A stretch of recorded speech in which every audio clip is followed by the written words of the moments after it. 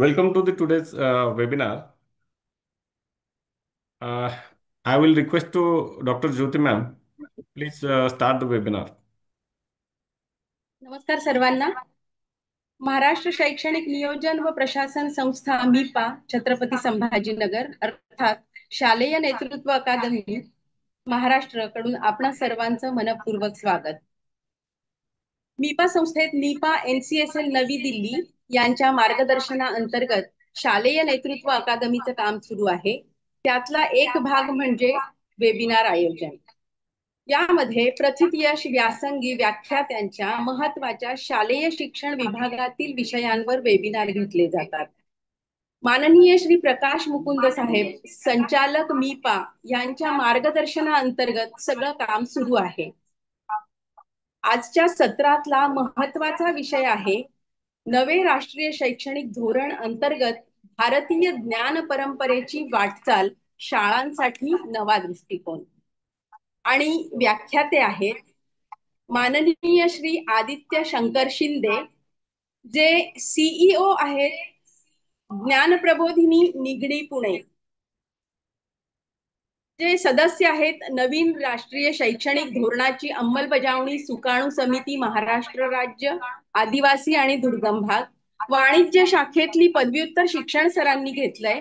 त्याचबरोबर बाल आणि युवा मानसशास्त्र पदविका त्यांनी प्राप्त केली आहे.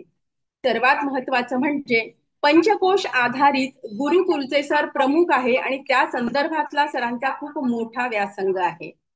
मुलांच्या अनुभव शिक्षणासाठी सर अनेक नवोपक्रम घेतात. पालकांचं प्रशिक्षण, मुलांचं समुपदेशन यासाठी सतत कार्यक्रम आयोजित करत असतात. शिक्षण, भारत दर्शन, पंचकोश या विषयांवर सरांनी विस्तृत लेखन सुद्धा केलंय. तसेच स्वामी विवेकानंद यांच्या कार्यावर सरांनी अनेक व्याख्यानं दिली आहेत आणि हे काम त्यांचं अखंड सुरू आहे. आपल्याला माहितीच आहे की ज्ञान प्रबोधिनी ही संस्था अत्यंत प्रथितयश तसेच विद्यार्थी कल्याणासाठी आणि हितासाठी काम करणारी आहे. आणि ह्याचे काम करणारे आदरणीय आदित्य शिंदे सर यांचा या विषयातला अनेक महत्वाचा महत्वाचा भाग सरांनी अभ्यासपूर्ण रीतीने त्यांच्या शाळेमध्ये सुरू केलेला आहे. आपल्याला माहिती आहे की राष्ट्रीय शैक्षणिक धोरणामध्ये भारतीय ज्ञान प्रणालीनुसार शिक्षणाला अत्यंत महत्व दिलंय आणि हे काम त्यांच्या शाळेत सुरू आहे आणि ते अनुभवाने आणि त्यांच्या व्यासंगाने अनेक ठिकाणी याबाबत व्याख्यानं देत असतात. आणि म्हणूनच त्यांचं मत सर आपल्या समोर मांडणार आहेत आणि त्यातूनच आपल्याला एक नवी दिशा शालेय शिक्षण विभागासाठी आणि त्या अंतर्गत शाळा मुख्याध्यापक शिक्षकांसाठी, पालकांसाठी आणि पर्यवेक्षीय यंत्रणेसाठी निश्चितच मिळेल असं वाटतं. आणि म्हणूनच आदरणीय आदित्य शिंदे सर यांना मी अशी विनंती करते की त्यांनी आपला मार्गदर्शनाला सुरुवात करावी. धन्यवाद.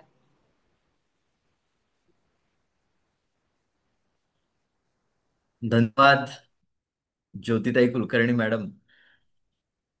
महाराष्ट्र शैक्षणिक नियोजन व प्रशासन संस्थेचे माननीय संचालक माननीय श्री प्रकाश मुकुंद सर, त्याचप्रमाणे सर्व पदाधिकारी यांचे मी मनपूर्वक आभार मानतो.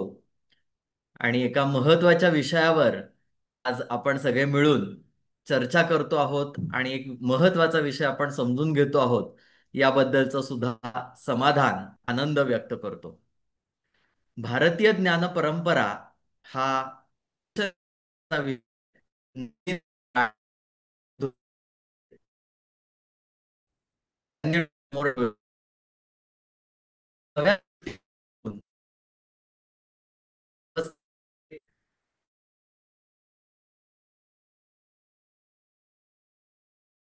मी आपली तांत्रिक व्यवस्था करणाऱ्या सगळ्या टीमला विनंती करतो की कृपया त्यांनी स्लाइड शो सुरू करावा.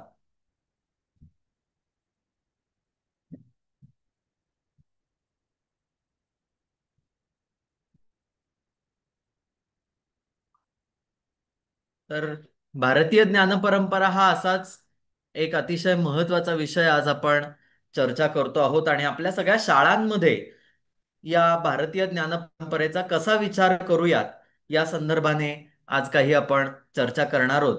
तर तत्पूर्वी आपण पुढच्या स्लाइडवरती या नवीन राष्ट्रीय शैक्षणिक धोरणामध्ये कोणते कोणते बदल हे प्रामुख्याने आपण डोळ्यासमोर ठेवलेले आहेत ते बघणार आहोत. कृपया पुढची स्लाइड दाखवावी. या पुढच्या स्लाइडमध्ये आपल्याला सगळ्यांनाच जे महत्वाचे बदल, त्यातही अभ्यासक्रमात होणाऱ्या महत्वाच्या बदलांबद्दल काही ठळक मुद्दे हे आपल्या सगळ्यांच्या समोर मी ठेवतो आहे.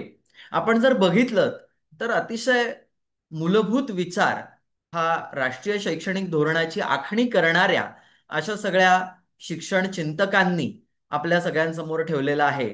आणि त्यामध्ये मुख्यतः सिलेबसमध्ये, अभ्यासक्रमामध्ये कोणत्या प्रकारचे बदल व्हावेत असं एकूण धोरणातले काही कीवर्ड्स, सार शब्द, महत्वाचे शब्द असे निवडून हे आपल्या सगळ्यांसमोर ठेवण्याचा मी इथे प्रयत्न केलेला आहे. राष्ट्रीय शैक्षणिक धोरणामध्ये जे अनेक विषय आलेले आहेत, या अनेक विषयांमध्ये अगदी आरोग्यापासून, विविध प्रकारच्या कौशल्यांपासून, अनुभव शिक्षणातल्या अनेक विषयांपासून ते स्पर्धा परीक्षांमध्ये आमच्या विद्यार्थ्यांनी चमकलं पाहिजे आणि जगामध्ये भारताचं नाव मोठं केलं पाहिजे इथपर्यंतच्या अपेक्षा या व्यक्त केलेल्या आहेत. एका बाजूला भारतीय भाषा आमच्या मुलांनी शिकल्या पाहिजेत, कारण या भाषांमधनं सगळ्या संस्कृतीचा प्रवाह हा चालू राहिलेला आहे आणि त्यामुळे भारतीय भाषांनाही महत्व आहे. आणि भारताचं हे भारतपण जगभरामध्ये घेऊन जाण्यासाठी म्हणून परकीय भाषा शिकण्याची सुद्धा संधी आपल्या मुलांना मिळाली पाहिजे असं नवीन राष्ट्रीय शैक्षणिक धोरणामध्ये आपण म्हणतो आहोत. या सगळ्याच्या बरोबरीनं भारतीय विद्याशाखांचा अभ्यास आमच्या मुलांनी करावा, मुलांना चालू परिस्थितीचं ज्ञान असावं, भारतीय कला आणि संस्कृतींमधून भारतीयत्वाची रुजवणूक आमच्या मुलांमध्ये व्हावी, यासाठीचे प्रयत्न आपल्याला करायचे आहेत. राष्ट्रीय शैक्षणिक धोरणामध्ये असे अनेक विषय आपल्याला डोळ्यासमोर दिसतील की ज्याच्यामध्ये पर्यावरणासारखा विषय आलेला आहे, ज्याच्यामध्ये तंदुरुस्ती, आहार, खेळ असं स्वास्थ्याच्या दिशेने, आरोग्याच्या दिशेने जाणारे अनेक विषय दिसतील. व्यसनाधीनता हा जो समाजात वाढत चाललेला सगळा प्रश्न आहे, त्याच्यावरचं उत्तर म्हणून त्याच्याबद्दलची जागरूकता ही शालेय वयोगटापासून यावी, यासाठी आपण काही प्रयत्न करायचं म्हणतो आहोत. आणि दुसऱ्या बाजूला पाणी, ऊर्जा, पर्यावरणातले हे जे सगळे महत्वाचे विषय आहेत त्यांना सुद्धा आपण स्पर्श करण्याचा प्रयत्न करणार आहोत. आता हे सगळे जे विषय आहेत, हे सगळे विषय असलेलं आपलं शाळेचं वेळापत्रक, शाळेतले अन्यान्य उपक्रम आणि आपल्याला ठरवून दिलेला पाठ्यपुस्तकातला अभ्यासक्रम असं सगळं सांभाळत सांभाळत, ते शिकवत शिकवत त्या सगळ्या चौकटी रंगीत करत, मोठ्या करत, व्यापक करत आपल्याला काही काम करायचं आहे. आणि त्यातले काही प्रयोग ज्ञानप्रबोधिनीच्या निगडीच्या शाळेमध्ये झालेले हे आज या निमित्ताने आपल्या सगळ्यांच्या समोर मी मांडणार आहे. भारतीय ज्ञानपरंपरा असं म्हटल्यानंतर खरं तर भारतीय ज्ञानपरंपरा हा काही जुना पुराणा विषय नसून किंवा तो अतिशय संकुचित मर्यादित असा विषय नसून तो आयुष्याकडे बघण्याचा एक दृष्टिकोन आहे असं मला वाटतं. या भारतीय ज्ञानपरंपरेमध्ये अनेक उपविषय हे आपल्या समोर येऊन उभे राहतात. त्यातल्या काही उपविषयांची झलक ही आपल्याला समोर पुढच्या स्लाइडमध्ये ही निश्चितपणानं दिसेल.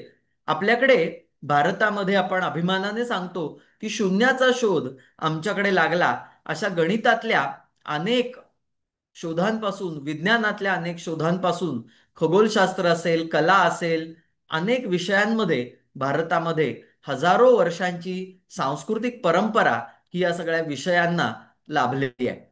आपण पुढच्या स्लाइडवर जाऊया.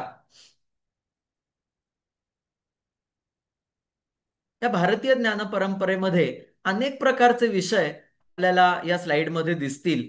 हे सगळे विषय, याहूनही अधिक विषय आहेत, पण हे सगळे विषय आपल्याला मुलांपर्यंत हे घेऊन जायचे आहेत. या सगळ्या विषयांबद्दलचा सार्थ अभिमान आम्हाला आमच्या मुलांच्या मनामध्ये निर्माण करायचा आहे. हा भारतीय ज्ञान परंपरेचा जो विशाल वृक्ष आहे, यातनं साध्य काय करायचंय, आम्हाला समाजाचं शिक्षण करायचंय, आम्हाला मूल्य शिक्षण करायचंय आणि आम्हाला मुलांवरती चांगले संस्कार करायचेत. चांगले संस्कार करायचेत, ते नागरिकत्वाचे संस्कार करायचेत, राष्ट्रीयत्वाचे संस्कार करायचेत. कसं वागायचं बोलायचं हे मुलांना शिकवायचंय. आमचा हा भारत देश काय आहे तो मुलांना समजावून सांगायचा आहे. आणि त्यासाठी या भारतीय ज्ञान परंपरेतले अनेक विषय हे आता आपल्याला आपल्या शालेय शिक्षणामध्ये आणण्याचे प्रयत्न हे चालवावे लागतील. आपण आपल्या सगळ्या शाळांमध्ये अनेक प्रकारचे सण उत्सव असे साजरे करत असतो. हे साजरं करण्यामध्ये अर्थपूर्णता येण्यासाठी आपण काही प्रयोग करायला हवेत. आपण नव्यानं काही करण्याची आवश्यकता आहे का? मला असं वाटतं की हे जे नवीन राष्ट्रीय शैक्षणिक धोरण आपल्या सगळ्यांसाठी आपण मांडलेलं आहे, याच्यामध्ये खूप मोठे बदल, मुळापासून बदल असं करायचं नसून जणू काही या सगळ्या आपण चालू असलेल्या प्रयत्नांनाच एका वेगळ्या चष्म्यातनं, वेगळ्या दृष्टिकोनातनं या सगळ्या प्रयोगांकडे आता बघण्याची संधी ही आपल्याला निश्चितपणानं मिळणार आहे. आमच्या खगोलशास्त्राचा सुद्धा अभ्यास आपल्या भारतामध्ये हा अतिशय जुन्या काळापासून चालत आलेला आहे. क्रीडा विषयक अभ्यास आपल्याकडे अतिशय जुन्या काळापासून चालत आलेला आहे. आयुर्वेद, योग हे तर अगदी आपले विषय आहेत आणि त्यातलंही संशोधन, अनेक प्रयोग भारतामध्ये झालेले आहेत. संगीत, नाट्य, चित्रकला, शिल्पकला, स्थापत्यशास्त्र याचे अतिशय उदात्त, अतिशय मोठे असे नमुने भारतभर आपल्याला बघायला मिळतील. आणि त्याचं काही दर्शन आपल्याला आपल्या मुलांना जर घडवता आलं तर या सगळ्या कलांबद्दलचा, या सगळ्या शास्त्रांबद्दलचा अभ्यास आपले सुद्धा विद्यार्थी करतील आणि ही जी ज्ञानाची परंपरा आजवर चालत आलेली आहे ती पुढे नेतील, त्याचा वारसा चालवतील आणि ती परंपरा अधिक समृद्ध करतील. कृषी पर्यावरण याही विषयामधलं अनेक प्रकारचं काम भारतामध्ये यापूर्वीच झालेलं आहे. आणि अर्थातच अशा अनेक विषयांचा, अशा अनेक विद्याशाखांच्या मुळाशी काय आहे तर भारतीय तत्वज्ञान आहे, आपली शिक्षणाची पद्धती आहे. आणि या शिक्षण पद्धतीतून, या तत्वज्ञानातून आपण माणूस तयार करण्याचं काम करत असतो. शिक्षणामधून आम्हाला काय घडवायचंय? आम्हाला पाठ्यपुस्तक शिकवायचंय, आम्हाला मार्क मिळवून द्यायचेत, आम्हाला परीक्षांमध्ये यश मिळवायचंय. हे सगळं कशासाठी? काय करायचं हे सगळं मिळवून? तर आम्हाला त्यातनं चांगला माणूस घडवायचा आहे. आणि हा चांगला माणूस घडवणं हे आपल्या शिक्षण पद्धतीचं मुख्य उद्दिष्ट आहे. आपण ज्या सगळे शिक्षणातले प्रयोग करतो, शाळा चालवतो, हे सगळं कशासाठी करतोय? तर आम्हाला अल्टिमेटली चांगला माणूस आम्हाला घडवायचा आहे आणि त्याचे प्रयत्न आपण सगळेजण करतो. तंत्रज्ञानाचं वारं ज्या झपाट्यानं आपल्या अंगावरती आलेलं आहे, वारं कशाला वादळ म्हणायला हवं, इतक्या वेगानं आणि इतक्या मोठ्या प्रमाणावरती तंत्रज्ञानामुळे होणारे बदल आपण सगळेजण अनुभवतो आहोत. ह्या सगळ्या बदलांना सामोरं जात असताना आपली जी मूळ परंपरा आहे, मूळ तत्वज्ञान आहे, आपले जे मूळ संस्कार आहेत, त्या सगळ्या संस्कारांबद्दलची जागृती आपल्यामध्ये यावी, यासाठी आपण आवर्जून काही प्रयत्न प्रयोग करायला हवेत असं आवर्जून वाटतं. आजच्या या वेबिनारच्या निमित्ताने यातलेच काही प्रयोग थोडे अधिक तपशिलामध्ये आपण सगळेजण पुढच्या स्लाइडमध्ये समजावून घेऊयात. कृपया पुढच्या स्लाइडवरती जावं. आमच्या शाळेमध्ये मी अनेक प्रकारचे प्रयोग हे गेले काही वर्ष करतो आहोत. त्यातलेच काही प्रयोग आपल्या सगळ्यांसमोर मांडण्याची मी ही एक संधी घेतो. आणि ही भारतीय ज्ञान परंपरेतले अनेक विषय आपल्या मुलांपर्यंत सहज जाता जाता चालू असलेल्या कामामधनच आपल्याला कसे पोहोचवता येतील याचे काही नमुन्या दाखलची उदाहरणं, उपक्रम असे आपल्या सगळ्यांच्या समोर आपल्याला समोर स्लाइडवरती दिसत आहेत. आमचे सर्व 8वी-9वीचे विद्यार्थी वार्षिक प्रकल्प करतात. आणि मग हे प्रकल्प कोणत्या विषयांवरती आधारित आपण मुलांना सुचवूयात असा विचार करताना असं लक्षात आलं की स्थानिक ग्रामदैवतांचे उत्सव, यात्रा, जत्रा अनेक गावांमध्ये, खेड्यापाड्यांमध्ये, शहरांमध्ये हे चालू असतात. आपल्याला मुलांना या निमित्ताने या उत्सवामध्ये सहभागी डोळसपणे करून घेता येईल का असा विचार केला आणि समाजाचं या निमित्ताने दर्शन मुलांना घडवता येईल का असा विचार केला आणि मग स्थानिक ग्रामदैवताच्या उत्सवामध्ये आपले विद्यार्थी हे सहज मिसळून जातात, जुन्या जाणत्या माणसांना जाऊन भेटतात, त्यांच्या मुलाखती घेतात, या उत्सवाची परंपरा समजून घेण्याचे प्रयत्न करतात, या परंपरा मागचं शास्त्र समजून घेण्याचा प्रयत्न करतात. अनेक ग्रामदैवतांची उत्सवांची योजना ही ऋतुमानानुसार केलेली असते, पिकांच्या योजनेनुसार, शेतीच्या वेळापत्रकानुसार केलेली असते आणि मग त्यातलं शास्त्र, त्यातली त्या शास्त्राची ही गावाच्या संदर्भाने असलेली गंमत ही मुलांच्या लक्षात येते आणि मग तो ग्रामदैवताचा उत्सव हा अधिक अर्थपूर्ण झालेला आम्ही सगळ्यांनी अनुभवलेला आहे. आमचे 5वी 6वीचे विद्यार्थी अनेक वस्तूंचा संग्रह करतात. आम्ही मावळात राहणारी सगळी मंडळी आहोत आणि त्यामुळे आवर्जून शिवकालीन वस्तूंचा संग्रह आमच्या मुलांनी करावा, त्याचं वर्गीकरण करावं, त्या सगळ्या वस्तूंच्या संग्रहातून त्या काळातले सगळे संदर्भ हे जोडण्याचे प्रयत्न करावेत असा प्रयत्न आपण केलेला आहे. आणि असे अनेक विषय जे पुण्याच्या आसपासचे असू शकतील असे विषय वार्षिक प्रकल्पासाठी निवडले जातात आणि 5वी ते 10वीचे विद्यार्थी गटागटानुसार एक एक दोन दोन तीन तीन चार चार अशा गटांनी सदस्यांचा एक गट तयार करून, विद्यार्थ्यांचा एक गट तयार करून आमचे विद्यार्थी हे प्रकल्प करतात. या प्रकल्पांमधून स्थानिक संदर्भ असलेल्या अनेक भारतीय विषयांचा, स्थानिक संदर्भांचा अभ्यास आमचे विद्यार्थी करत असतात.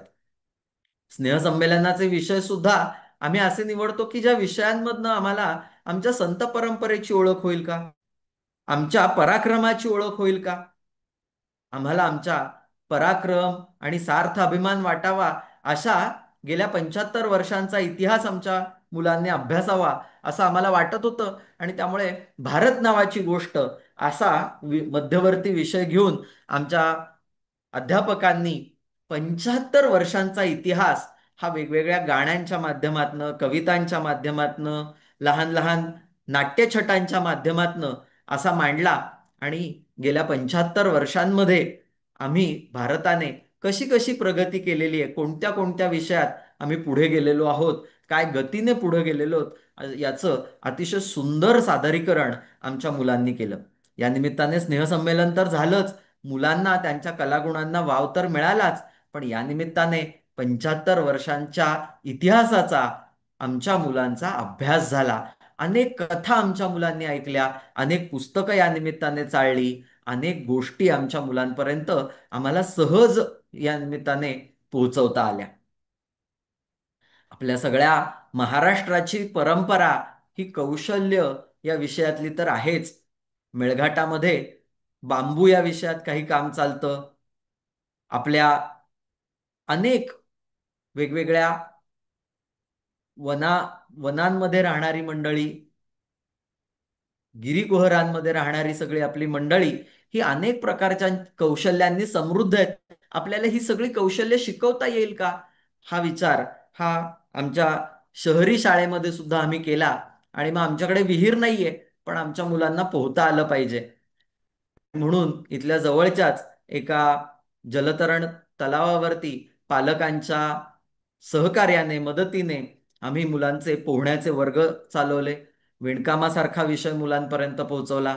आमच्या एका विद्यार्थ्यांच्या गटाने स्वतः उटणं तयार करण्याचा, दिवाळीतलं उटणं तयार करण्याचा अभ्यास केला आणि हे कसं महत्वाचं आहे आणि हे स्वदेशी बनावटीचा हा साबणाचा वेगळा प्रकार आपल्याला कसा बनवता येईल याचा या निमित्ताने मुलांनी अभ्यास केला. आणि असे अनेक विषय, कौशल्य हे मुलांना शिकवण्याची संधी आम्ही या निमित्ताने घेत असतो. याच्याशिवाय आमच्या 8वी 9वीच्या शाळेमध्ये चालणारा 8वी 9वीच्या विद्यार्थ्यांसाठीचा एक अतिशय महत्वाचा, अतिशय वेगळा उपक्रम हा आपल्या सगळ्यांसमोर या निमित्ताने ठेवतो. ते म्हणजे आपापल्या विषयात, आपल्याला ज्या विषयात गती आहे अशा विषयातला एखादा विषय निवडून त्याचा अभ्यास, त्याचं काही वाचन, त्यातले काही प्रत्यक्ष अनुभव आमच्या मुलांनी घ्यावेत असा प्रयत्न हा आम्ही करत असतो. आणि मग ते अभिरुची योजनेच्या निमित्ताने आम्ही शालेय वेळापत्रकामध्ये बसवण्याचा प्रयत्न केलेला आहे. आणि जे विषय सहज पाठ्यपुस्तकामध्ये सहज शिकता येणार नाहीत, पण आवर्जून शिकले पाहिजेत, या वयामध्ये मुलांना त्याची तोंडओळख झाली पाहिजे, त्याचं दर्शन झालं पाहिजे, त्यातल्या काही विषयांमध्ये मुलांनी प्रत्यक्ष काम केलं पाहिजे, असं काम करणाऱ्यांकडून काही अनुभव ऐकले पाहिजेत आणि त्यातनं हे विषय मुलांपर्यंत पोहोचले पाहिजेत, अशी आमची ही अभिरुची योजना, की ज्याच्यामध्ये आपल्याला आवड आहे त्यातलाच थोडासा अधिकचा अभ्यास हा आपण करावा. आणि मग अशा विषयांमध्ये भारतीय नाट्यशास्त्रापासून संगीत आहे, योग आहे, भारतीय खेळ आहे, शास्त्रीय नृत्य आहे, अटल टिंकरिंग लॅब आपल्या शाळेमध्ये आहे, सुतारकामाशी त्यातला काही भाग जोडलेला असतो. त्यामुळे आवर्जून अशा प्रकारचं स्थानिक कौशल्य प्रशिक्षण म्हणून अनेक स्थानिक वस्तू ज्या इथे बनल्या जातात त्यांचंही प्रशिक्षण आमच्या मुलांना घ्यायला आवडतं. आणि अतिशय आवडीनं या सगळ्या तासांना मुलं सहभागी होत असतात, नवे मुलं त्याची वाट बघत असतात. यावर्षी मुलांच्या आणि पालकांच्या आग्रहामुळे आम्ही आणखीन एक एक तासिका आठवड्यातली ही या अभिरुची योजनेसाठी दिली. इतका मुलांचा सहभाग शिक्षणातला हा या निमित्ताने वाढलेला लक्षात आला. आणि ज्या विषयात आपल्याला गती आहे त्यातला आपण अभ्यास केला पाहिजे, त्यातलं आणखीन जाणून घेतलं पाहिजे, त्यातले पुढचे अनुभव आम्ही घेतले पाहिजेत असं आमच्या मुलांना वाटायला लागलं. आणि समोर काही नमुन्यादाखल उदाहरणं इथं दिलेली आहेत. याच्याशिवाय रसायनशास्त्र, भौतिकशास्त्र, गणित, विज्ञान यासारखे विषय सुद्धा या अभिरुची योजनेमध्ये असतात आणि त्याचाही अभ्यास आमचे विद्यार्थी करत असतात. याच वर्षी आमच्या गणित अभिरुचीच्या एका गटाने, 10वीच्या गटाने अतिशय सुंदर विषय निवडलेला होता. मी मुद्दामच त्या विषयातले तपशील सांगत नाही, पण विषयाचं शीर्षक सांगतो. अशा प्रकारच्या विषयांमध्ये मुलं शिरत असतात. उदाहरणार्थ, यावर्षी आमच्या गणिताच्या एका गटाने भोजनातलं गणित असा विषय घेतलेला होता. भारतीय भोजनातलं गणित असा विषय घेतलेला होता. आणि अतिशय सुंदर प्रकल्प आमच्या 10वीच्या या विद्यार्थ्यांनी आम्हा सगळ्या अध्यापकांसमोर ठेवला. आणि एक वेगळ्याच प्रकारचा गणिताकडे आणि भारतीय भोजनाकडे बघण्याचा दृष्टिकोन मुलांमुळेच जणू काही आम्हाला मिळाला, असंही मला निश्चितपणाने सांगायला आवडेल. आणखीनही काही प्रयोग पुढच्या स्लाइडवरती आपण बघूया. आपण कृपया पुढच्या स्लाइडवरती जाऊया. हे सगळे प्रयोग करत असताना शालेय वेळापत्रक आणि काही वार्षिक वेळापत्रक याची सुद्धा घडी नेमकेपणाने बसवावी लागते. अशी घडी बसवून आपण पूर्वी जो मूल्य शिक्षणाचा तास आपल्या सगळ्या शाळांमध्ये होत होता त्याचप्रमाणे परिपाठ योजना अशी आमच्या शाळेमध्ये चालते. आणि मग त्याच्यामध्ये अनेक महनीय व्यक्तींचं चरित्र हे आमच्या मुलांपर्यंत पोहोचवण्याची संधी आम्ही घेत असतो. यावर्षी अहिल्याबाई होळकरांची आपण 300वी जयंती साजरी करतो आहोत. आमच्या गणेशोत्सवामध्ये यावर्षी आम्ही आवर्जून पुण्यश्लोक अहिल्याबाई होळकर यांच्याबद्दलची माहिती मिळवण्याचा आणि मिळालेली माहिती संकलित करून अतिशय सुंदर त्याची प्रदर्शनी मांडण्याचा प्रयत्न शाळेमध्ये केलेला होता. अशा प्रकारे त्या त्या वर्षीचं महत्त्व लक्षात घेऊन अनेक विषय हे परिपाठामध्ये किंवा विविध प्रकारच्या सण उत्सवांच्या निमित्ताने आमचे विद्यार्थी हे अभ्यास करत असतात आणि समाजासमोर ते ठेवत असतात. यावर्षी आणखीन एक अतिशय सुंदर प्रयोग आमच्या विद्यालयातल्या माध्यमिकच्या विद्यार्थ्यांनी केला.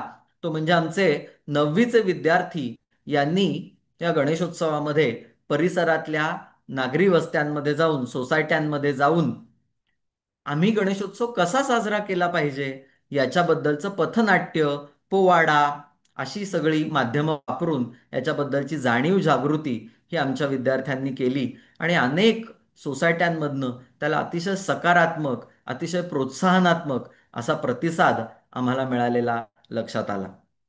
ज्ञानप्रबोधिनीचं अतिशय महाराष्ट्राला परिचित असलेलं बर्चीचं पथक, त्यातही आमचे विद्यार्थी सहभागी होत असतात.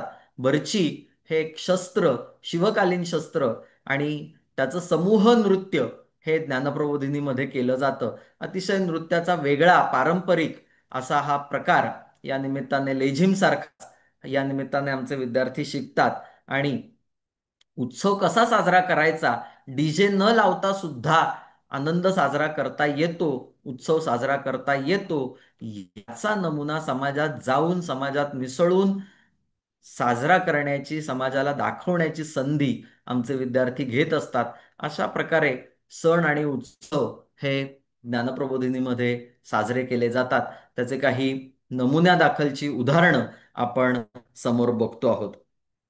मला आठवतं एके वर्षी आमच्या शाळेमध्ये आम्ही आवर्जून वेगवेगळ्या राजांच्या परंपरेचा अभ्यास केलेला होता आणि मग भारताच्या सगळ्या पंतप्रधानांनी केलेलं अतिशय महत्त्वाचं मोलाचं योगदान हे त्या त्या पंतप्रधानांच्या काळात झालेली महत्त्वाची कामं अशी आम्ही एका व्याख्यानमालेतून मुलांसमोर ठेवलेली होती. आपल्याला माहिती असलेल्या अनेक महनीय व्यक्तींचं चरित्र हे परिपाठाच्या निमित्ताने आम्ही मुलांपर्यंत पोहोचवत असतो, कथा पोहोचवत असतो आणि या सगळ्या उपक्रमांमधनं मुलांमध्ये असलेली प्रेरणा वाढवणं, कशासाठी जगायचं, कसं जगायचं असा महत्त्वाचा विषय पोहोचवण्याची संधी अशा सगळ्या उपक्रमांच्या निमित्ताने आम्ही घेत असतो. यावर्षीची राखी पौर्णिमा सुद्धा अशीच आम्ही साजरी केली. रुग्णालयांमध्ये जाऊन, पोलीस बांधवांकडे जाऊन, ईशान्य भारतातल्या दुर्गम गिरिजनांकडे जाऊन अशी राखी पौर्णिमा आमच्या विद्यार्थ्यांनी यावर्षी साजरी केली. आपल्या या सगळ्या शैक्षणिक प्रयोगांमध्ये पालकांचं योगदान सुद्धा महत्त्वाचं असतं आणि म्हणून आम्ही पालकांचं सुद्धा प्रबोधन करण्यासाठी, त्यांना एकत्र आणण्यासाठी धडपड करत असतो आणि पालक महासंघ अशी एक योजना गेली 10-12 वर्ष ज्ञानप्रबोधिनीच्या निगडीच्या शाळेमध्ये ही आम्ही चालवलेली आहे आणि या जे आम्ही शाळेत सांगतो आहोत तेच आपण घरी सुद्धा सांगूयात. त्यातून आपल्यातली एकवाक्यता येईल आणि आपलं हे सगळं जे आपण मुलांपर्यंत पोहोचवतो त्याची परिणामकारकता वाढेल असं आम्हाला वाटलं आणि म्हणून अनेक कुटुंब ही जागी झाली पाहिजेत त्यासाठीचे प्रयत्न आम्ही करत असतो. अगदी आजी आजोबा मेळावा घेण्यापासून ते आता जे आपण नवरात्र साजरं करतोय या नवरात्रीच्या निमित्ताने अतिशय छान, अतिशय भावपूर्ण असा कार्यक्रम आमच्या शाळेमध्ये मागच्याच शनिवारी हा झाला आणि मला सांगायला आवडेल या कार्यक्रमामध्ये आम्ही सगळ्या आई पालकांना बोलवलेलं होतं आणि आमच्या सगळ्या विद्यार्थ्यांनी आपल्या सगळ्या आईंना औक्षण केलं आणि एक 5-5, 10-10 वाक्य आमचे 5वी ते 10वीचे सगळे विद्यार्थी आपल्या आईबद्दल भरभरून बोलले की ती आमच्यासाठी कसं काम करते आणि आमच्या मनातली कृतज्ञता या देवीच्या रूपात असलेली जणू काही आईच आम्हाला रोज भेटते असं अनेक विद्यार्थ्यांनी सांगितलं आणि अशा या मातृशक्तीचं पूजन हे या निमित्ताने करण्याची संधी आम्ही यावर्षी घेतली. आपण पुढच्या स्लाईडवरती जाऊया. अशा अनेक उपक्रमांच्या योजना या ज्ञानप्रबोधिनीमध्ये होत असतात. यातले काही संस्कार उपक्रम हे समोर आपल्याला दिसत आहेत. आमचे सगळे विद्यार्थी वर्षाच्या सुरुवातीला वर्षारंभ उपासना करतात, वर्षाची सुरुवात करतात. म्हणजे आणि ही उपासना करतात म्हणजे काय करतात तर व्यक्तिगत संकल्प करतात. यावर्षी उदाहरणार्थ यावर्षी मी माझा हस्ताक्षर छान करेन, यावर्षी मी एकदाही आजारी पडणार नाही, यावर्षी मी नियमितपणे व्यायाम करीन म्हणजे रोज सकाळी अमुक अमुक वाजता मी अमुक अमुक प्रकारचा व्यायाम करेन. अशा प्रकारचे संकल्प हे व्यक्तिगत स्तरावरती केले जातात आणि मग वर्ग मिळून सुद्धा वर्ग म्हणून 5वी अ 5वी ब असे सगळे एकत्र येऊन हे वर्ग मिळून सुद्धा काही संकल्प करत असतात की यावर्षी आमच्या वर्गाने मिळून ठरवलंय की आम्ही अवांतर वाचन करू आणि मग कशाचं अवांतर वाचन करणार, कोणत्या व्यक्तींबद्दलचं वाचन करणार, कोणत्या विषयातलं वाचन करणार, किती पानांचं वाचन करणार असं सगळं विद्यार्थी आपापसात चर्चा करून, वर्गाध्यापकांबरोबर चर्चा करून असे आमचे विद्यार्थी हे वर्षाच्या सुरुवातीला हे संकल्प करत असतात. आणि ह्या सगळ्याच्या बरोबरीनं मग वर्षाच्या शेवटी वर्षांताच्या निमित्ताने या सगळ्या संकल्पांचा आढावा घेतला जातो. आम्ही काय ठरवलेलं होतं, काय काय पूर्ण झालं, कोणते प्रयत्न आमचे यशस्वी झाले, कोणत्या प्रयत्नांना आणखीन पुढच्या वर्षी बळ द्यावं लागणार आहे याचा विचार आमचे विद्यार्थी करतात आणि त्यातून एक महत्त्वाचा संस्कार हा आमच्या सगळ्या मुलांवरती होत असतो. तो संस्कार म्हणजे दरवर्षी काहीतरी ठरवायचं असतं, संकल्पपूर्वक शिकायचं असतं. असा संकल्प, असा संस्कार आमच्या सगळ्या विद्यार्थ्यांवरती या निमित्ताने होत असतो. याशिवाय वेगवेगळ्या इयत्तांना वेगवेगळ्या प्रकारचे संस्कार प्रयोग हे ज्ञानप्रबोधिनीमध्ये चालतात. अध्यापकांसाठी सुद्धा असाच आचार्यवृत्ताचा एक प्रयोग सध्या आम्ही करून बघतो की आम्ही शिक्षक म्हणून काम करताना आम्ही काय काय केलं पाहिजे, आणि त्यातले अनेक प्रयोग हे सध्या ज्ञानप्रबोधिनीमध्ये चालू आहेत. या निमित्ताने या शिक्षकांचा वर्षभर काही अभ्यास असतो, प्रकल्प करतात आणि ठरवून हे शिक्षकपणाचं व्रत आमचे सगळे शिक्षक हे स्वीकारत असतात. असे अनेक प्रयोग ज्ञानप्रबोधिनीमध्ये चाललेले आहेत. आपण पुढच्या स्लाईडवरती जाऊयात आणि या वेबिनारच्या निमित्ताने आपण सर्वात पुढे जाऊयात पुढच्या स्लाईडवरती. या वेबिनारच्या शेवटच्या टप्प्याकडे येत असताना व्यक्तिमत्व विकास हा आपल्या सगळ्या शिक्षणाचा मुख्य हेतू आहे. आम्हाला काय करायचंय शिक्षणातनं, तर माणूस घडवायचा आहे. आम्हाला काय करायचंय शाळा चालवून वर्गांमध्ये शिकवून, तर आम्हाला माणसं उभी करायची आहेत आणि पर्सनॅलिटी डेव्हलप करायची, असा अगदी गुळगुळीत झालेला शब्द वापरायचा जर ठरवलं तर हे व्यक्तिमत्व विकसन किंवा हे जे पर्सनॅलिटी डेव्हलपमेंट आहे त्याची भारतीय कल्पना नेमकी काय आहे ती या स्लाइडमध्ये आपल्याला दिसतेय. तर ज्याला आपण पर्सनॅलिटी म्हणतो, ज्याला राष्ट्रीय एज्युकेशन आपल्या ज्या पॉलिसीमध्ये होलिस्टिक अप्रोच असं म्हणलेलं आहे, सर्वांगीण व्यक्तिमत्वाच्या सर्व बाजूंचा विचार हा झाला पाहिजे असं म्हटलेलं आहे. आणि मग ह्या सर्व बाजू कोणत्या व्यक्तिमत्वाच्या, तर ह्या 5 बाजू व्यक्तिमत्वाच्या आपल्याला समोर दिसत आहेत. या वेगवेगळ्या प्रकारच्या 5 अंगांनी जर व्यक्तिमत्वाचा विकास घडत गेला तर शिक्षणाचं खरं उद्दिष्ट पूर्ण होईल. आणि मग क्रमिक शिक्षण जसं महत्वाचं आहे, ह्या सगळ्या क्रमिक शिक्षणाचं, अनुभव शिक्षणाचं उद्दिष्ट काय, शाळा शिकवून पाठ्यपुस्तकं शिकवून करायची आहेत काय, तर आम्हाला या 5 प्रकारच्या गोष्टींचा विकास घडवायचा आहे. आणि म्हणून पंचकोश विकसन अशी उपनिषदांमध्ये आलेली, विशेषतः तैत्तिरीय उपनिषदामध्ये मांडलेली ही एक संकल्पना आपण डोळ्यासमोर ठेवतो आहोत. राष्ट्रीय शैक्षणिक धोरणाच्या निमित्ताने ही संकल्पना आपण सगळेजण आज समजून घेतो आहोत. आपण शाळांमध्ये मुलांना विज्ञान, गणित, इतिहास, भूगोल, मराठी किंवा कोणत्याही प्रकारच्या भाषा जसं शिकवतो, तसं ह्या सगळ्याबरोबर आम्हाला आमच्या मुलांच्या आरोग्याची सुद्धा काळजी घेतली पाहिजे. त्यांना त्यांच्या स्वास्थ्य रक्षणाबद्दल सुद्धा मुलांशी बोललं पाहिजे. त्यातलं सुद्धा शिक्षण आमच्या मुलांना दिलं पाहिजे असं आम्हाला वाटतं. आणि म्हणून त्याच्यासाठीच्या अनेक प्रकारच्या उपक्रमांची योजना ही आवर्जून केली जाते. आणि मग हे शरीर चालवणारी जी आपली सगळी यंत्रणा आहे त्याला प्राणमय कोश असं म्हटलेलं आहे. हा सगळा प्राणमय कोश दिसतो कसा, तर आपल्या कौशल्यांमधनं दिसतो. गायन, वादन, शिवण, पाककला, शिल्पकला असे अनेक प्रकारच्या ज्या सगळ्या कला कौशल्य आहेत, ह्या कला कौशल्यांमधनं हा प्राणमय कोश व्यक्त होत असतो. या प्राणमय कोशापेक्षा सुद्धा आणखीन एक महत्वाचा, गाभ्याचा असं आपल्या व्यक्तिमत्वाचा अंग म्हणजे आपल्या भावना, आपली सगळी भाववृत्ती. ही सगळी भाववृत्ती हा जो प्रकार आहे हा सगळा मनोमय कोशामध्ये आपल्याला एकत्र आलेला दिसतो. आणि मनोमय कोशाबरोबरच या भावविश्वाबरोबरच आपल्या बौद्धिक विकासालाही तितकंच महत्व आहे. आपल्या विचारशक्तीला, आपल्या निर्णय शक्तीला, आपल्या विवेक शक्तीला सुद्धा महत्व आहे. तो सगळा विज्ञानमय कोशामध्ये विचार हा केलेला आहे. आणि याच्या बरोबरीनं सहज जाणवणार नाही, लक्षात येणार नाही असा एक महत्वाचा भाग म्हणजे आनंदमय कोश. हा आनंदमय कोश म्हणजे काय, तर निर्भेळ आनंदाची अनुभूती घेणं. कोणाला तरी मदत केल्यानंतर, कोणाची तरी सेवा केल्यानंतर, कोणालाही न सांगता, कोणालाही न दाखवता, कुठल्याही पुरस्काराच्या अपेक्षेशिवाय जे वेळेला आपण सेवा करत असतो त्या सेवेतनं जो आनंद मिळतो तो निर्भेळ आनंद असतो. अशा सेवेचा आनंद आमच्या मुलांनी घेतला पाहिजे, अशा आनंदाची अनुभूती आमच्या मुलांनी घेतली पाहिजे. याला आनंदमय कोश असं आपल्या भारतीय कल्पनेमध्ये मांडलेलं आहे. माणसाचं व्यक्तिमत्व जे घडतं, माणसाचं व्यक्तिमत्व जे बनतं, माणूसपणाकडे जेव्हा आपण म्हणतो की आमचा प्रवास झाला पाहिजे, तो या 5 कोशांमधनं हा माणूसपणाचा प्रवास हा घडत असतो. आणि म्हणून आरोग्य विकासासाठी, स्वास्थ्य विकासासाठी, शारीरिक विकासासाठी म्हणजेच अन्नमय कोशाच्या विकासासाठीचे अनेक उपक्रम हे आपल्याला योजता येतील. खरं तर महाराष्ट्रभरातल्या अनेक शाळांमध्ये, सगळ्याच शाळांमध्ये शारीरिक शिक्षणाचा तास होत असतो.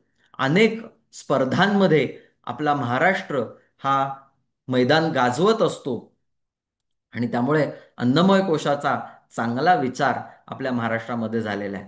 अनेक प्रकारची, मग अगदी वारली चित्रकलेपासून ते अनेक प्रकारच्या कौशल्यांची ओळख आपल्या महाराष्ट्राला काही नवीन नाही. अशा सगळ्या कौशल्यांचा परिचय आम्हाला जर शाळेत करून देता आला, तर त्यातनं आम्हाला आमच्या मुलांच्या प्राणशक्तीला काही वाव देता येईल, काही चॅनलाइज करता येईल, असं आवर्जून मला वाटतं. असंच मनोमय कोशाचे सुद्धा अनेक उपक्रम, जे खरं तर आपण करतोच आपापल्या शाळांमध्ये, चालू असलेल्या उपक्रमांकडेच एका वेगळ्या चष्म्यातनं या निमित्ताने बघता येईल का, असा विचार आपण करून बघूया.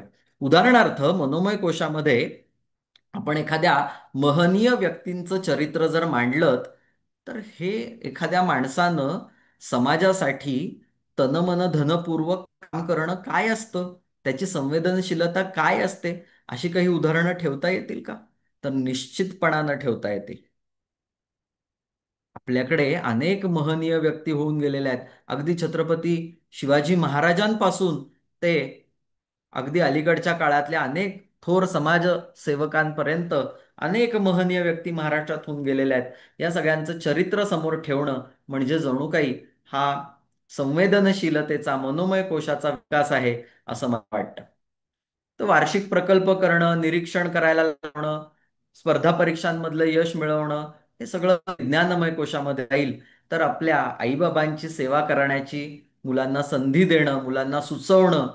आमच्याकडे आकुर्डीमध्ये वारकरी परंपरेतनं देहूतनं येणारी वारी येते. आमचे विद्यार्थी त्या वारीत सहभागी होत असतात, वारकऱ्यांशी सेवा करण्याचा प्रयत्न करत असतात. आमच्या जवळ असलेल्या रुग्णालयांमध्ये रुग्णसेवा करण्याचा प्रयत्न करत असतात.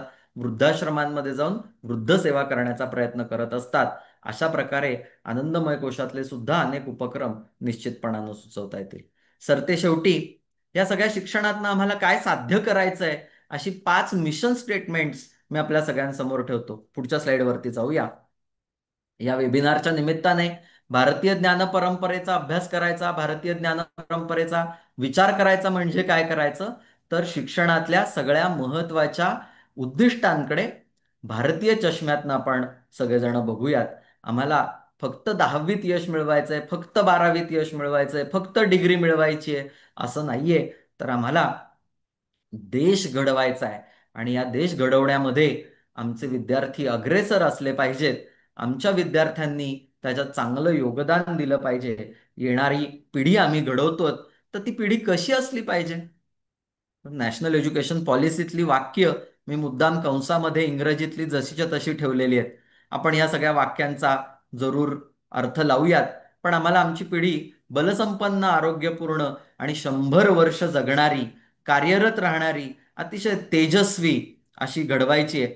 आमच्या ज्ञानप्रबोधिनीच्या एका गीतामध्ये म्हटलेलं आहे, एक एक अंकुरास पालवू, तेज आज आज त्यास देवू. अशी तेजस्वी पिढी आपल्याला सगळ्यांना घडवायची आहे. आणि त्यासाठी ही 5 स्टेटमेंट्स म्हणजे जणू काही आम्हाला शिक्षणातनं काय साध्य करायचंय ते आपल्या समोर मी मांडायचा प्रयत्न केलेला आहे.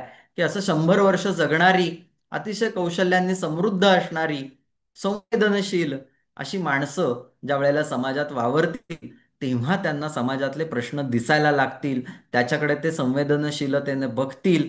आणि मग नुसतं संवेदनशीलतेने बघून चालणार नाही, या प्रश्नांची सोडवणूक मी केली पाहिजे, असं सुद्धा आमच्या मुलांना वाटलं पाहिजे. आणि ह्या प्रश्नांची सोडवणूक करणारी बुद्धिमत्ता आम्हाला शिक्षणातनं घडवायची आहे. त्यासाठी आपल्याला सगळ्यांना प्रयत्न करायचे आहेत. आणि असं जर सगळं घडलं, तर होणारं काम हे सेवा कार्य म्हणून झालं पाहिजे, सहज भावनेतून झालं पाहिजे. आणि त्यासाठीची पिढी आम्हाला घडवायची आहे. अशी शिक्षणातली साध्य, मला काय साध्य करायचंय, आपले सगळे जे उपक्रम आहेत, ऍक्टिव्हिटीज आहेत, हे सगळी साधन आहेत. आणि या साधनांमधनं साध्य काय करायचंय, तर ही 5 मिशन स्टेटमेंट्स आज आपण सगळ्या महाराष्ट्राने उचलून धरल्या पाहिजेत, लक्षात ठेवायला पाहिजेत. त्यासाठी शाळा आणि शिक्षण चालवायला पाहिजे असं आवर्जून आवाहन मी आपल्याला सगळ्यांना करतो. आम्हाला शिक्षणातून जर साध्य करण्याचा हा भारतीय दृष्टिकोन जोपासता आला तर आम्ही निश्चितपणानं भारतीय ज्ञान परंपरेतलं एक महत्त्वाचं योगदान आमच्या हातून देऊ शकू असं मला आवर्जून वाटतं. ज्ञानप्रबोधिनीच्या सगळ्याच केंद्रांवरती शिक्षणातले यातले अनेक प्रयोग हे चालू आहेत. आपण सगळ्यांनीच महाराष्ट्रामध्ये अशा प्रकारचे प्रयोग केलेले आहेत. अनेक शाळा मराठवाड्यातल्या, विदर्भातल्या, कोकणातल्या, उत्तर महाराष्ट्रातल्या, दक्षिण महाराष्ट्रातल्या अशा मला माहिती आहेत की ज्यांनी यातले अनेक प्रयोग केलेले आहेत. अनेक प्रकारची धडपड ह्या सगळ्या शाळा मिळून करतायत. ह्या सगळ्या शाळांचं योगदान हे खूप महत्त्वाचं आहे. आपल्या जिल्हा परिषदेच्या शाळांमधनं, आपल्या आश्रम शाळांमधनं याच्यासाठीचे अनेक प्रयोग आपले प्रयोगशील अध्यापक करत असतात. त्या सगळ्या प्रयोगशील अध्यापकांना मी मनोमन वंदन करतो. आम्हाला अशा प्रकारच्या प्रयोग करणाऱ्या सगळ्या शिक्षकांना, शाळांना, मुख्याध्यापकांना, संस्था चालकांना हा नवा दृष्टिकोन हा या शैक्षणिक धोरणाच्या निमित्ताने मिळालेला आहे. त्याबद्दलचा आनंदही व्यक्त करतो. आपण प्रयोग करत राहूया, यातनं पिढी घडवत राहूयात. माणूस तयार करण्याचं खरं काम करणाऱ्या सगळ्या शिक्षणकर्मींना, शिक्षणप्रेमींना, चिंतकांना मनोमन शुभेच्छा देतो, नमस्कार करतो. आणि या वेबिनारमध्ये या भारतीय ज्ञान परंपरेचा एक वेगळा दृष्टिकोन आपण सगळ्यांनी त्याची तोंडओळख करून घेतलीत. माझं हे सगळं बोलणं ऐकून घेतलं त्याबद्दल आपल्या सगळ्यांचे आभार मानतो. मनपूर्वक धन्यवाद. एक मिनिट प्लीज, लाईव्ह चालू आहे.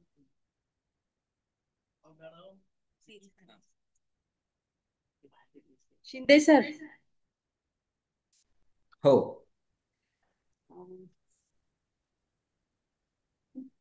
धन्यवाद शिंदे सर. भारतीय ज्ञान प्रणालीनुसार शालेय शिक्षणामध्ये शिक्षक, मुख्याध्यापक आणि शाळा काय करू शकतात हे ज्ञान प्रबोधिनी त्यांचे तर दाखवलेलंच आहे, परंतु एक मोठा विचार प्रवाह सुद्धा समोर ठेवलाय की आम्ही काय करू शकतो.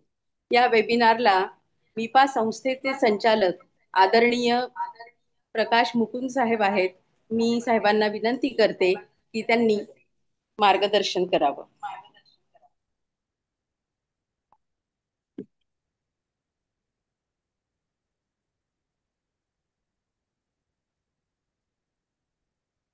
सर्वांना नमस्कार. आदरणीय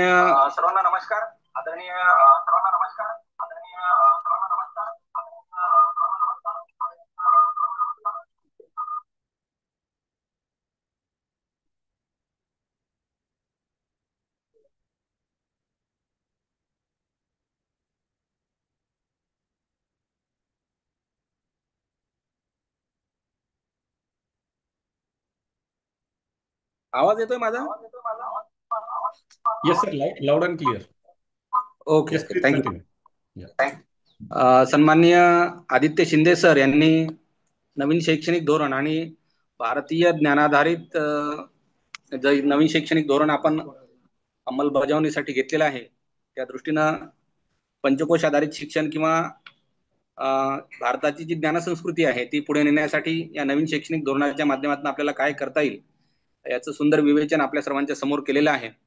बऱ्याचदा आपण ज्ञानासाठी पश्चिमेकडे पाहत असतो आणि जे काही पश्चिमेकडचं आहे ते सर्व चांगलं आहे अशा प्रकारचं एक धारणा गेली अनेक वर्ष निर्माण झालेली आहे. पण आपल्याकडे जे इंडिजिनियस नॉलेज आहे की आपल्या संस्कृतीमधलं जे रिसर्च आहे, आपल्या पिढ्यानपिढ्यांमध्ये जे संशोधनाधारित ज्ञान निर्माण झालेलं आहे त्याचा उपयोग करून आपल्याला येत्या शतकामध्ये काम करावं लागणार आहे. नवीन तंत्रज्ञानाची जोड घेत असतानाच मूळ ज्ञानाचा पाया आपला विसरता कामा नये. आकाशाकडे पाहत असताना पाय सुद्धा जमिनीवर ठेवून आणि आपल्या संस्कृतीची नाळ घट्ट जोडून आपल्याला पुढे जायचं. या दृष्टीनं सन्माननीय शिंदे सरांनी जे आपल्या सर्वांना मार्गदर्शन केलं. ज्ञानप्रबोधिनी ही नावाजलेली संस्था आहे, महाराष्ट्रात तिचं खूप नाव आहे आणि अशा ज्ञानप्रबोधिनी संस्थेच्या माध्यमातून आपलं ज्ञानाचं काम सन्माननीय शिंदे सर करत असतात.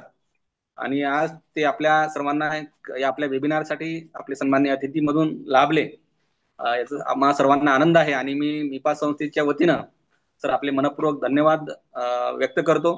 इथून पुढे सुद्धा आपल्या ज्ञानाचा उपयोग या संस्थेला आणि संस्थेच्या माध्यमातून राज्याच्या शिक्षक, प्रशासक आणि विद्यार्थ्यांना व्हावा अशी सुद्धा अपेक्षा व्यक्त करतो. आताच मला मॅडम सांगत होत्या की स्वामी विवेकानंदांवर आपली खूप व्याख्यानं सुद्धा झालेली आहेत. स्वामीजी हा महाराष्ट्रासाठीच नव्हे, देशासाठी नव्हे तर जगासाठी खूप मोठा ऊर्जेचा आणि ज्ञानाचा स्रोत आहे आणि ते तो पुन्हा एकदा प्रसारित करण्याचं काम आपण उत्स्फूर्ततेने करता, त्यासाठी सुद्धा आपण आपले धन्यवाद व्यक्त करतो. वेबिनारला जे सर्व जण उपस्थित होते त्यांचे सुद्धा मनापासून धन्यवाद व्यक्त करतो आणि थांबतो. थँक्यू.